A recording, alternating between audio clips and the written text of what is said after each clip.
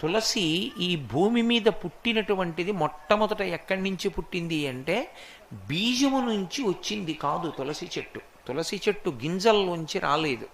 తులసి చెట్టు వృంద అనబడేటటువంటి మహాపతివ్రత యొక్క శరీరము దగ్ధమైనప్పుడు ఏర్పడినటువంటి బూదిలోంచి విత్తనాలు చేశారు బ్రహ్మగారి యొక్క అనుగ్రహం చేత. ఆ విత్తనములను చల్లితే అందులోంచి తులసి పుట్టింది. అందుకే అసలు తులసి కారణజన్మురాలు, లక్ష్మియే తులసిగా వచ్చింది.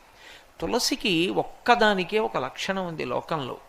తులసి సమస్త పాపములను హరిస్తుంది. ఎందుచేత హరిస్తుంది అంటే దాని గురించి పురాణంలో ఒక మాట ఉంది.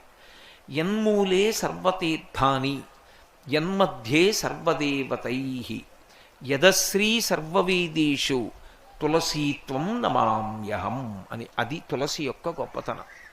యన్మూలే సర్వతీర్థ